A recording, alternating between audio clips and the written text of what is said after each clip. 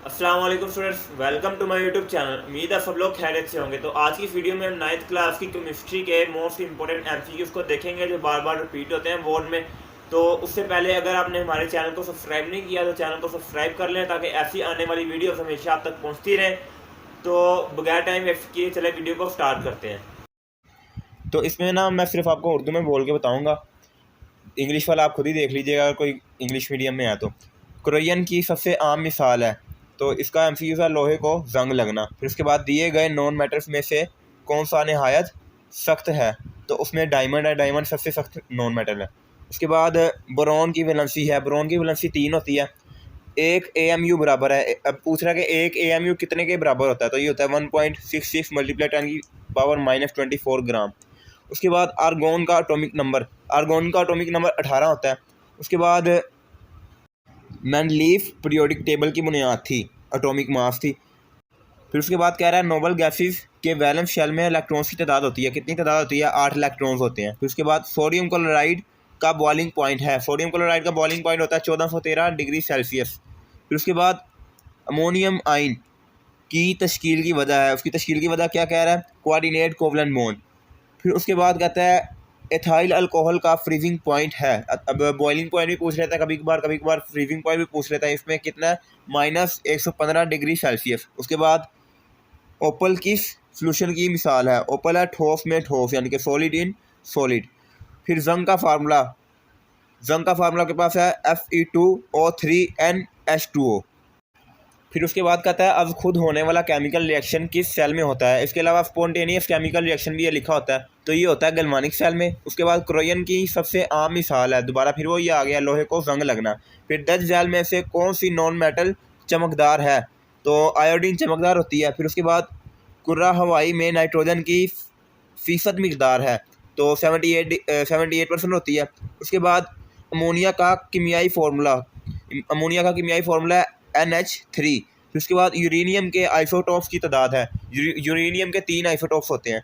फिर long farm periodic table में groups की तादाद है, लॉन्ग फार्म पीरियोडिक टेबल में ग्रुप्स की 18 ग्रुप्स की तादाद होती है, यानी कि 18 ग्रुप्स होते हैं उसमें। फिर उसके बाद है सोडियम एटम की पहली आयनाइजेशन एनर्जी की कीमत है, तो कितनी है? +495.8 किलो जॉल पर मोल। उसके बाद कहता है कि 10 ज़ाल में से कौन सा आयनी मरकब है, तो इसमें NaCl है। फिर पानी का बॉइलिंग पॉइंट है, पानी का बॉइलिंग पॉइंट 100 डिग्री सेल्सियस होता है, ये सबको पता है। अच्छा, मैं सिर्फ आपको जो MCQs के है ना जवाब वही बता रहा हूँ, तो आपने दूसरे भी साथ साथ पढ़ने हैं जो लिखा हुआ है, जिस तरह 78 डिग्री सेल्सियस, 118 डिग्री सेल्सियस, ये भी साथ साथ लाभी पड़े, ताकि जब MCQs 4 आए ना तो उसमें से आपको ये ना लगे कि ये भी, हाँ इसका भी ये भी हो सकता है, ये भी हो सकता है। जब आप सारे पढ़ते हैं तो फिर पता चल जाता है हाँ इसमें ये MCQs आते हैं, इसमें ये ऑप्शन आते हैं और इसका ये ऑप्शन सही है। फिर उसके बाद आगे आते हैं 10 जाल में से कौन सा हेट्रोजीनियस मिक्सचर है, तो इसमें से आपके पास मिल्क ऑफ मैग्नीशिया। फिर गैस में गैस महलूल की मिसाल है, उसकी क्या है? हवा, यानी कि एयर। फिर उसके बाद पूछ रहा है हाइड्रोजन पर ऑक्साइड का फॉर्मूला है, तो उसका फॉर्मूला है H2O2। फिर उसके बाद कार्बन 14 में न्यूट्रॉन्स की तादाद है, कितनी है? 8 है। एक पीरियड में इनमें से कौन सी चीज़ कम होती है जब हम बाएं से दाएं जाने जाते हैं, तो क्या कम होता है? Atomic radius. फिर NF2 लिखा हुआ है, 3 लिखा हुआ है, NF2 है। किस फैमिली की अमूमी इलेक्ट्रॉनिक कन्फिग्रेशन है, तो ये किसकी है? अल्कलाइन अर्थ मेटल्स की। फिर उसके बाद दो एटम्स के दरमियान बाहम अट्रैक्टिव फोर्सेस के गालिब आने का नतीजा होता है, क्या नतीजा होता है उसका? बॉन्ड का बनना। फिर ट्रिपल कोवलेंट बॉन्ड में कितने इलेक्ट्रॉन हिस्सा लेते हैं? उसमें 6 इलेक्ट्रॉन्स हिस्सा लेते हैं। फिर उसके बाद पूछ रहा है लेबॉर्ट्री में प्रेशर मालूम करने के लिए क्या इस्तेमाल होता है, तो उसमें इस्तेमाल होता है मानोमीटर। फिर मिल्क ऑफ मैग्नीशिया एक मिसाल है, किसकी है? सस्पेंशन की। उसके बाद आता है 10 जाल में से किस सोल्यूशन में पानी कम है, तो किस में कम होता है? 2M में। ये एक मिसाल है, किसकी है? ये जो आगे लिखी हुई है 2ZnO + C goes to 2Zn + CO2, ये रिडॉक्स की मिसाल है। उसके बाद 10 ज़ैल में से कौन सा इलेक्ट्रोलाइट नहीं, इसमें शुगर सोल्यूशन इलेक्ट्रोलाइट नहीं होता। उसके बाद 10 ज़ैल में से सबसे रिएक्टिव मेटल कौन सी है, तो Ag सबसे रिएक्टिव मेटल है। फिर उसके बाद है एलुमिनियम का एटॉमिक नंबर है, कितना है? 13 है। चौथे पीरियड में एलिमेंट्स की तादाद है 18 होती है। फिर C2H2 में डैश कोवलेंट बॉन्ड पाया जाता है, कौन सा पाया जाता है? ट्रिपल कोवलेंट बॉन्ड पाया जाता है। 20 डिग्री सेल्सियस पर ऑक्सीजन गैस की डेंसिटी होती है, कितनी डेंसिटी होती है? 1.4 जी डी पर एम। फिर उसके बाद मक्खन डैश सोल्यूशन की मिसाल है, किसकी मिसाल है? ठोस में माया, यानी कि लिक्विड इन सॉलिड। उसके बाद डैश हेट्रोजीनस मिक्सचर है, कौन सा? Milk of magnesia. फिर उसके बाद एल्यूमिनियम ऑक्साइड का फॉर्मूला है, कितना? Al2O3। उसके बाद हाइड्रोजन और ऑक्सीजन से पानी का बनना डैश केमिकल रिएक्शन है, कौन सा केमिकल रिएक्शन है? रिडॉक्स। उसके बाद सबसे ज़्यादा इस्तेमाल होने वाली मेटल है, कौन सी है? आयरन है। कुर्रा हवाई में ऑक्सीजन की बलिहाज वज़न फ़ीसद मिकदार है 21%। अच्छा, ये नज़र नहीं आ रहा है, इस वजह से टाइम लग रहा है थोड़ा। उसके बाद रूम टेम्परेचर पर माया हालत में पाया जाने वाला एलिमेंट है, कौन सा है? ब्रोमीन है। फिर उसके बाद नील बोहर ने एटॉमिक मॉडल पेश किया, कब पेश किया था? 1913 में। फिर उसके बाद दर्ज ज़ैल में से किस मॉलिक्यूल में इलेक्ट्रॉन्स की कमी पाई जाती है? तो किसमें पाई जाती है? BF3 में। फिर उसके बाद CH4 मॉलिक्यूल में बॉन्ड मौजूद होता है, कौन सा होता है? कोवलेंट बॉन्ड होता है। एक एटमॉस्फेरिक प्रेशर कितने पास्कल के बराबर होता है? तो ये होता है 101325। उसके बाद इन सॉल्यूशन में से किस में पानी की मिकदार ज़्यादा होती है? किस में होती है? 0.255 मोल में, एम में। तो उसके बाद Zn और HCl के दरमियान रिडॉक्स रिएक्शन के दौरान ऑक्सीडाइजिंग एजेंट होता है, कौन सा होता है? H+। 10 ज़ैल में से एक नॉन इलेक्ट्रोलाइट है, कौन सा? बेंजीन है। फिर उसके बाद दोबारा से आ गया, 10 ज़ैल में से कौन सी नॉन मेटल चमकदार है, कौन सी है? आयोडीन। उसके बाद पोटेशियम का सिंबल है के। कैल्शियम ऑक्साइड का कीमियाई फार्मूला है CaO। के शेल में इलेक्ट्रॉन्स की ज़्यादा से ज़्यादा तादाद मौजूद हो सकती है, कितनी हो सकती है? 2 होती है। इनमें से किस के नतीजे में प्रोटॉन की दरियाफ्त हुई? किसके नतीजे में हुई? केनाल रेस के नतीजे में। फिर उसके बाद पता नहीं है कौन सा वर्ड लिखा हुआ है, मेरा ख्याल है एक्टिनाइट लिखा हुआ है। अगर आपको पता है तो कमेंट में बता दें ये सही है या गलत है। एक्टिनाइट पीरियोडिक टेबल के किस ब्लॉक से ताल्लुक़ रखती है? तो किससे रखती है? F ब्लॉक से रखती है। अच्छा, हमारी पूरी कोशिश होती है कि हम MCQ का जो जवाब है वो सही लगाएं, लेकिन कोई एक आध फिर भी गलत हो जाता है। अगर कोई गलत हो गया हो इनमें से या आगे कोई गलत हो तो आप नीचे कमेंट में बता दिया करें कि ये वाला गलत है, तो हम वो डिस्क्रिप्शन में उसको लाजमी लिख दिया करें ताकि जो दूसरे स्टूडेंट्स हैं उनका गलत ना हो। तो चले वीडियो को स्टार्ट करते हैं, कंटिन्यू करते हैं। फिर उसके बाद है इलेक्ट्रॉन का हसूल कहलाता है, क्या कहलाता है? रिडक्शन। फिर उसके बाद नॉन इलेक्ट्रोलाइट्स की मिसाल है चीनी। फ्लोरीन का रंग होता है हल्का पीला होता है। ऑक्सीजन में प्रोटॉन की तादाद होती है, कितनी होती है? 8 होती है। एटम पर चार्ज होता है न्यूट्रल होता है। हाइड्रोजन का मास नंबर है हाइड्रोजन का मास नंबर 1 होता है। अच्छा, उसके बाद कार्बन एटम का एटॉमिक रेडियस PM में होता है, कितना होता है वो? अगर आपको पता बता दें क्योंकि इसका लगा नहीं हुआ।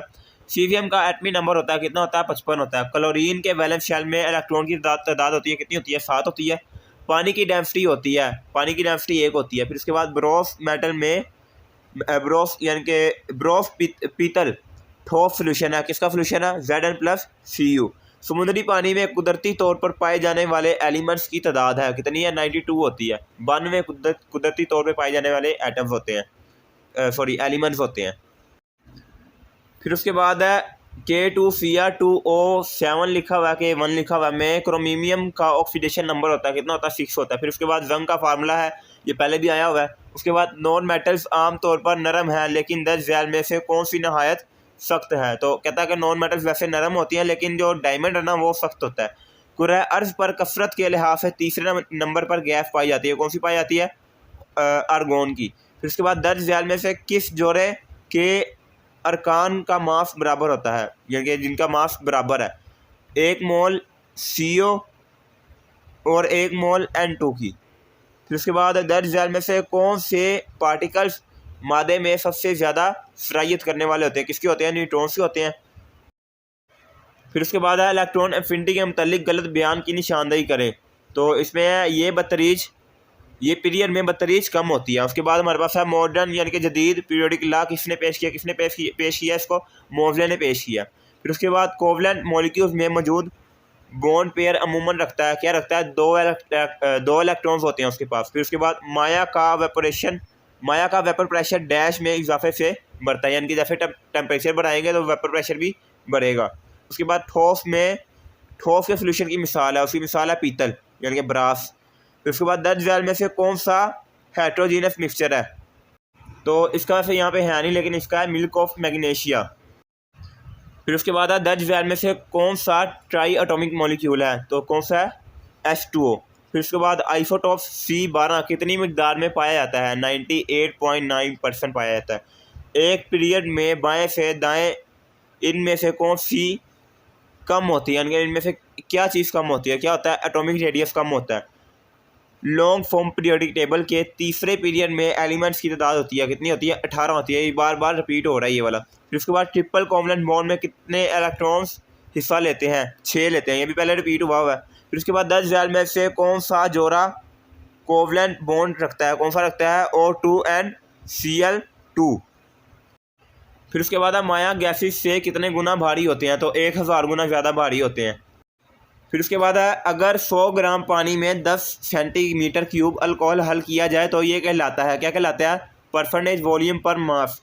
इनमें से कौन सा सोल्यूशन ठोस में माया की मिसाल है, तो उसकी मिसाल क्या, मक्खन है।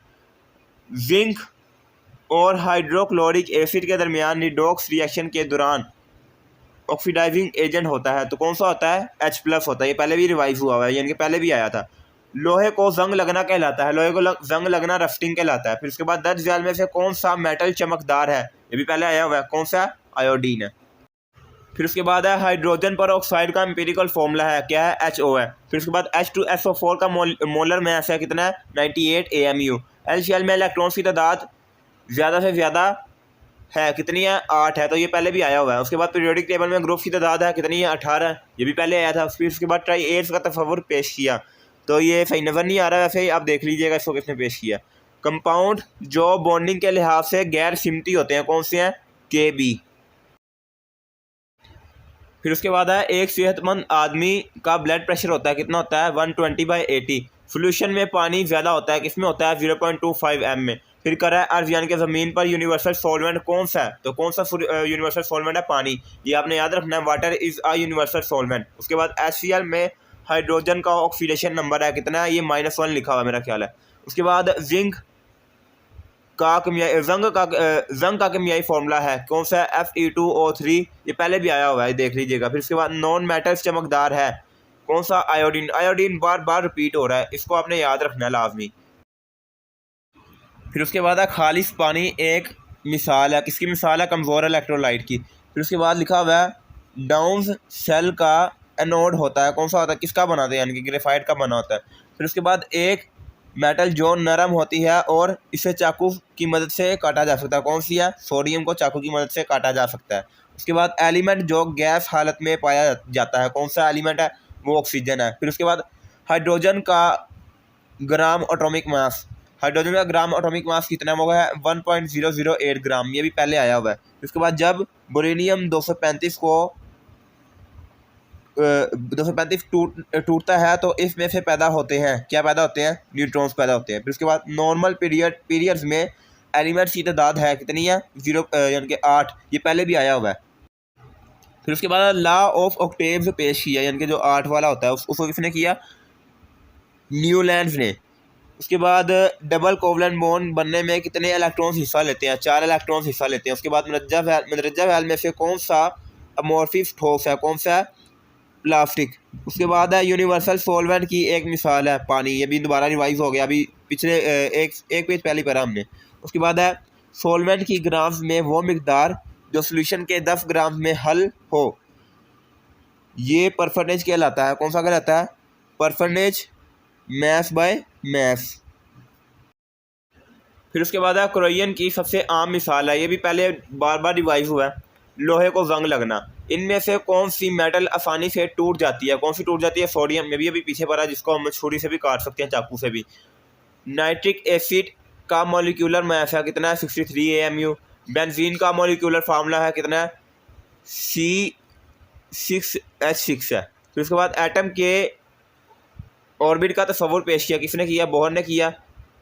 मॉडर्न यानी कि जदीद पीरियोडिक लॉ पेश किया, ये भी पहले रिवाइव हुआ है, मोवले ने किया। फिर उसके बाद ट्रांजिशन एलिमेंट्स होते हैं तमाम, कौन से होते हैं, मैटर्स, तमाम मैटर्स ट्रांजिशन एलिमेंट्स होते हैं।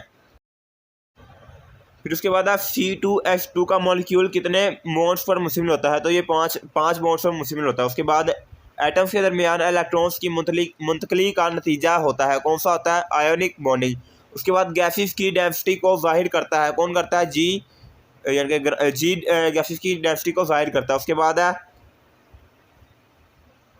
टेंडल इफेक्ट, किस वजह से होता है? किसी वजह से होता है? जेली की वजह से होता है। उसके बाद अब खुद वाक़या होने वाला केमिकल रिएक्शन किस सेल में होता है? तो ये सबसे पहला एमसीक्यू था जो पहले आया था, गैल्वानिक सेल में होता है। फिर उसके बाद गैल्वेनाइजिंग के अमल में आयरन पर किस मेटल की तह चढ़ाई जाती है? किसी तरह चढ़ाई जाती है? जिंक की। उसके बाद कौन सी मेटल हरारत की कम तर कंडक्टर है? कौन सी है? लीड है। फिर उसके बाद समुंदर में वजन के लिहाज से सबसे ज़्यादा पाया जाने वाला एलिमेंट है, कौन सा एलिमेंट है? ऑक्सीजन है। उसके बाद है होमो एटॉमिक मॉलिक्यूल की मिसाल है, कौन सी है? F8। कौन सा रेडियो आइसोटोप जिस्म में ट्यूमर की तशखीस के लिए इस्तेमाल किया जाता है? यानी कि जो अगर जिस्म में ट्यूमर बन जाए तो उसकी तशखीस के लिए, उसको मालूम करने के लिए कौन सा रेडियो आइसोटोप इस्तेमाल किया जाता है? तो किया जाता है आयोडीन 131। पीरियोडिक टेबल में तमाम ट्रांजिशन एलिमेंट्स की शक्ल किस शक्ल में पाए जाते हैं? किस में पाए जाते हैं? मेटल्स में पाए जाते हैं। उसके बाद किस हैलोजन की इलेक्ट्रोनेगेटिविटी सबसे ज़्यादा है? किसकी है? फ्लोरीन की। फिर उसके बाद है मॉलिक्यूल्स के दरमियान पाई जाने वाली कमज़ोर तरीन फोर्स है, कौन सी है? Intermolecular force. उसके बाद पोलर मॉलिक्यूल की मिसाल है, कौन सी है? H2O। उसके बाद है इंसानी जिस्म का नॉर्मल दर्जा हरारत होता है, कितना होता है? 98.6 फ़ारेनहाइट। उसके बाद यानी कि फ़ॉरेन डिग्री। उसके बाद है KCl किस में हल होता है? किस में हल होता है? पानी में हल होता है। फिर उसके बाद है खालिश पानी है, कौन सा कमज़ोर इलेक्ट्रोलाइट होता है? खालिश पानी। वीडियो को लाइक करने के बाद अपने दोस्तों के साथ शेयर लाजमी कीजिएगा। शेयर करने से ये होता है कि हो सकता है आपका कोई दोस्त इसको देख ले और उसके पेपर अच्छे हो जाएं, उसके एमसीक्यू सही हो जाएं, उसके पेपरों में अच्छे नंबर आ जाएं। और आपके शेयर करने से हो सकता है आपके किसी दोस्त का भला हो जाए, वो पास हो जाए। और उसके अलावा अगर कोई एमसीक्यू गलत है, पहले भी मैंने कहा कोई एमसीक्यू गलत है तो नीचे कमेंट में बता दें ताकि हम उसको सही कर लें, उसको डिस्क्रिप्शन में लिख दें कि इस एमसीक्यू का ये वाला जवाब है। बाकी एग्ज़ाम्स के हवाले से, पेपरों के हवाले से या वैसे कोई टेस्ट के हवाले से केमिस्ट्री का या जो भी दूसरी कोई किताबें हैं उनमें कोई भी स्टडी से रिलेटेड आपको कोई मसला हो तो नीचे डिस्क्रिप्शन में बात कर सकते हैं। या उसके अलावा हमारा व्हाट्सएप नंबर भी नीचे दिया गया हुआ है, आप वहाँ पे भी जाके हमसे रब्ता कर सकते हैं। इंशाल्लाह 24/7 हम आपके लिए अवेलेबल होंगे। तो मिलते हैं नेक्स्ट वीडियो में, तब तक के लिए अल्लाह हाफिज़। अस्सलाम वालेकुम फ्रेंड्स, जैसा कि आप देख सकते हैं KBM एक्सेसरीज आपके लिए दुनिया के सबसे बेस्ट ईयरबड्स लेके आए हैं। ये ईयरबड्स डिजिटल डिस्प्ले के साथ है। अपने इसी डिजिटल डिस्प्ले की वजह से ये ईयरबड्स बहुत गुड लुकिंग और ब्यूटीफुल लगते हैं। कंपनी ये क्लेम करती है कि इन ईयरबड्स का स्टैंड बाय टाइम 280 आवर्स है और इनकी बैटरी टाइमिंग 5 आवर्स है। ये ईयरबड्स एंड्रॉइड्स और आईफोन दोनों के साथ कनेक्ट हो जाते हैं। इसके अलावा इन ईयरबड्स में सेंसर भी मौजूद है जिसके साथ आप कॉल को अटेंड कर सकते हैं या डिक्लाइन कर सकते हैं या नेक्स्ट सॉन्ग और प्रीवियस सॉन्ग भी लगा सकते हैं। इसकी बैटरी टाइमिंग कम से कम 5 घंटे है और इसके पावर बैंक के साथ आप अपने मोबाइल को भी चार्ज कर सकते हैं। हमारा व्हाट्सएप नंबर 030999018280 है। हमारे पास इसका लिमिटेड स्टॉक है तो आप इसे जल्द से जल्द ऑर्डर करें। ये हमारे इस प्रोडक्ट की वीडियो है जो कि एक बायर ने सेंड की थी। नीचे डिस्क्रिप्शन में इस प्रोडक्ट का लिंक मौजूद है, आप वहां से जाकर इसको बाय कर सकते हैं और मज़ीद मालूमात के लिए कमेंट करें। उम्मीद है आप सबको वीडियो अच्छी लगी होगी। तो मिलते हैं नेक्स्ट वीडियो में, तब तक के लिए अल्लाह हाफिज़।